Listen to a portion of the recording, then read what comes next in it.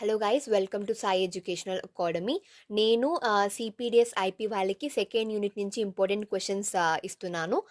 And second యూనిట్లో arrays, strings, functions, recursion and pointers, structures, unions and storage classes.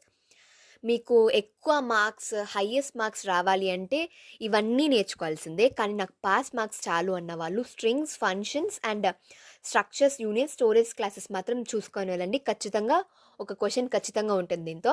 And 2 marks నుంచి అయితే functions, pointers, unions, structures, arrays, storage classes, strings.